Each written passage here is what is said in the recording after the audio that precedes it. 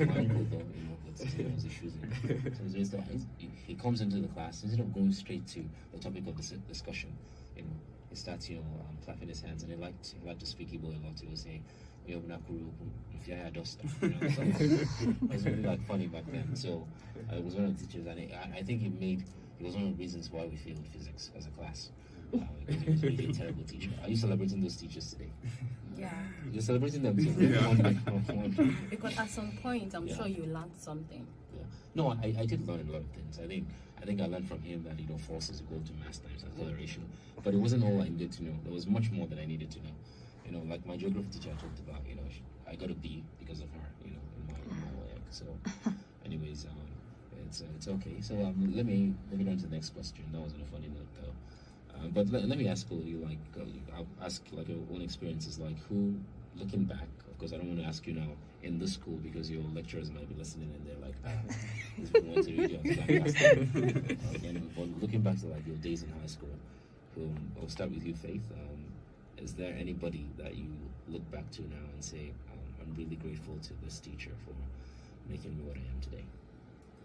Yeah, a lot though, but I want to say a very big thank you to my government uncle. He really, I had this fear for him that made me pass. I made sure I read my book every day for me to pass my government. And to my literature uncle, he made me understand literature the more, CRS. So I want to say a very big thank you to you, and I love you. Okay. So yes, what about you? I have two lecturers, two teachers, let me say. One is my integrated science teacher, then Mr. Livinius. Okay. That man really did a lot of work on my life. Okay. I never thought I am intelligent. I never thought I'm intelligent. I could remember before then, I only read in NI2 exams. Okay. And at the end of the day, the results will come out. You'll be having position 21 out of 30 or so. Wow. But this man sat me down and told me that what if you start reading immediately after your class? I tried it, and to my greatest surprise, by the time I got to JS3 first term, I think I came third in the class. Wow. And ever since then, I've kept it. And I've been doing that till date. Another person I celebrate so much is a youth copper when I was in SS2. He made me to understand mathematics. Copper Sunday Owo. We shared the same name. So that made him to pick much interest on me. And he really did a great job in my life that by the time I get to SS2, I represented my school in cowboy competition mathematics. Okay. I really say thank you, sir. Okay. Yes, sir. Yes. And what about you, David? Mine wasn't a classroom teacher, but he was our dean then, Reverend Father Mbodele. He taught me goal setting. I was sleeping in class, class rep. He came around, he saw me sleeping while others were reading. So he woke me up. I thought he would flog me, you get? So he called me out and told me, your parents are suffering to keep you here. I told him I don't have zeal for reading, for learning. He called me and taught me goal setting. Today I celebrate you, Father Mbodele, for teaching me goal setting. He taught me that before the day, you set what you will do, what you will read, people you will mingle with. And since then, my life have never remained the same. Oh wow. Hallelujah, somebody. Okay, moving on because our time is really short now. Okay, what are the major challenges you guys feel are facing teachers? Even here on campus, it's ASU today, ASU tomorrow, even right now as we speak, there's a very, very, very unstable negotiation going on between the federal government and, ASU right now concerning, education, especially in a tertiary institution. So what do you think is the major challenge, to all of you? I think I'll start with you, Sunday. All right, thank you so much. I think one of the major problems we are facing in the educational sector is the issue of education in Nigeria standing in as an all-commerce job. Okay. And education standing as an all-commerce job end up affecting even the quality of graduates we have in the country. And a situation whereby someone who doesn't even have the skills of the pedagogy of teaching end up in the classroom. Just like when you were talking to us about one of your teachers. Yes. Because in education, we are being taught psychology, we are taught sociology, we are taught philosophy. And these things are things that guide you, because philosophy helps you to understand the principles of life, of the do's and don'ts, things that are good and things that are wrong. Psychology helps you to understand it, a student. We're able to understand that there is an individual difference in the classroom. That the fact that A can be able to answer a question very fast doesn't mean that B can answer a question at that same range.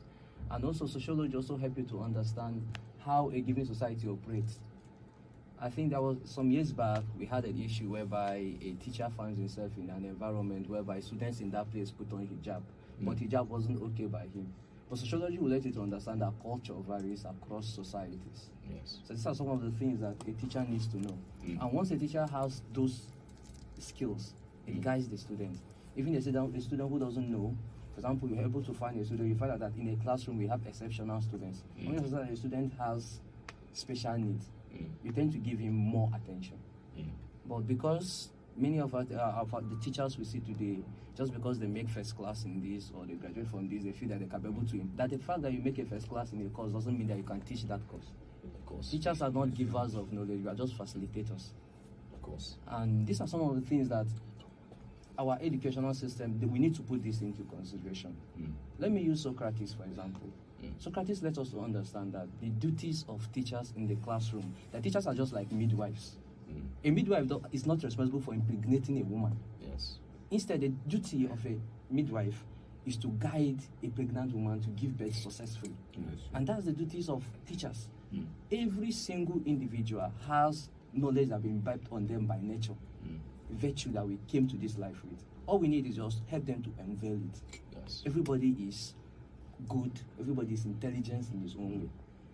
But for us to understand, you have to take your time with those skills and be able to understand how to run it. And you cannot be able to do this except if you are a teacher.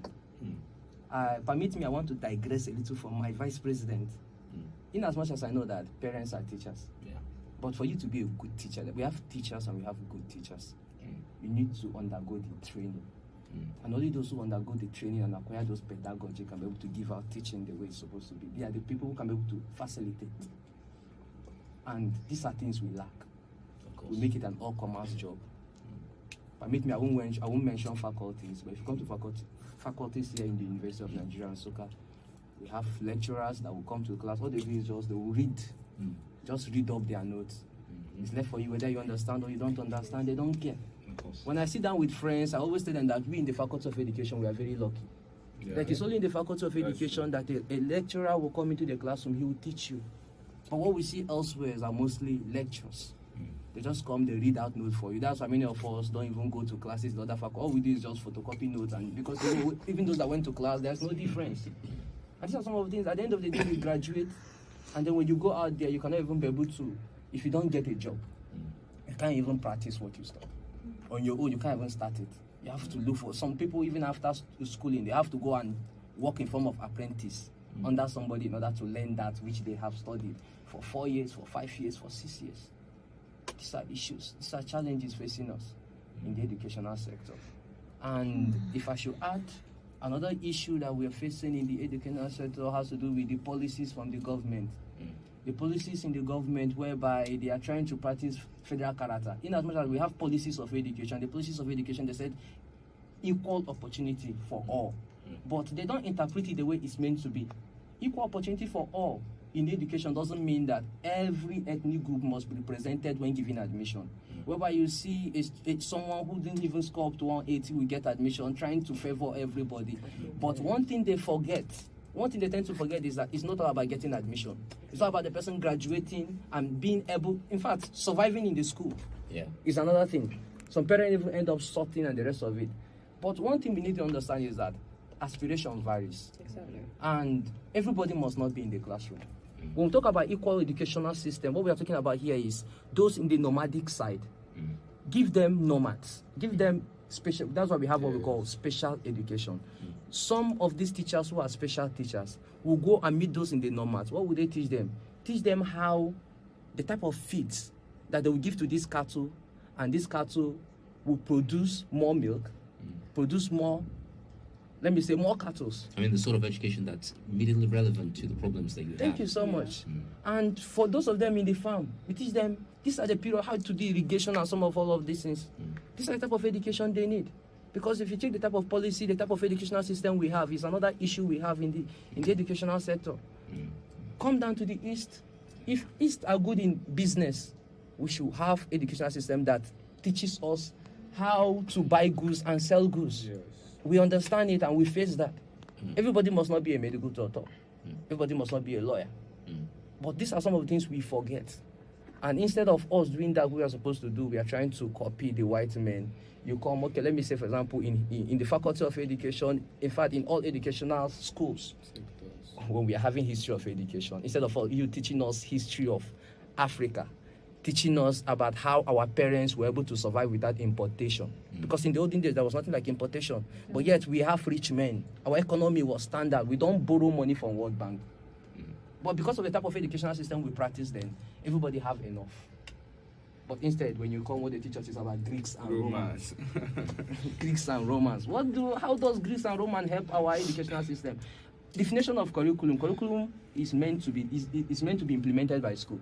And what is curriculum? Curriculum is just an aspiration of a given society, trying to teach the people of that society, this is the culture of the society, then passing it on to the students. Of course. And when we talk about the cultures, we have both the culture. It's not just language. It's not just about the custom. It's the type of clothes we wear, the food we eat, and the way we relate. All this. I think I will pause here. Thank you. Of course, I have to stop you right there. You certainly said a lot. But let me ask you, do you guys have like an event organized anytime soon to talk about these issues specifically, to celebrate like today? Of course, it's today. So do you have anything planned at your faculty, for today being Teachers' Day? Definitely. We'll be having a webinar towards the evening. Okay. Yes. Okay. Of course, you'll thrash many of these things. Let's just give the public a taste of what is going to be going down. You know, I mean, you don't want to give them the whole 9 yards because then if you say everything on here, it's like, where is the motivation to attend the webinar? That's interesting. Anyways, I think I was going to ask you how to remedy these challenges, but of course you've already addressed that as well. The issue of special education. I don't understand. Half-baked teachers lead to half-baked, students, and that's it's just a simple law. It's a law. That's what you're always going to get. Once the incompetences in any system, the people who come out from that system at the end of the day are still going to be incompetent themselves. But everybody likes to talk about half-baked graduates, but we don't look at how teaching affects as a variable rather in how the things pan out in that way. So, anyways, like all you said, I also had another teacher in secondary school who was very unskilled, and he used to boast about being able to teach all subjects. And that's one thing that's very wrong with our environment. You have teachers who claim to know it all. You teach physics, you teach biology, you teach this, and you teach that. And then you're not grounded in any of the subjects. There's no one that you can say, I'm an authority in this. So there used to be this core member at our school. I don't want to call his name, but he used to be at our school.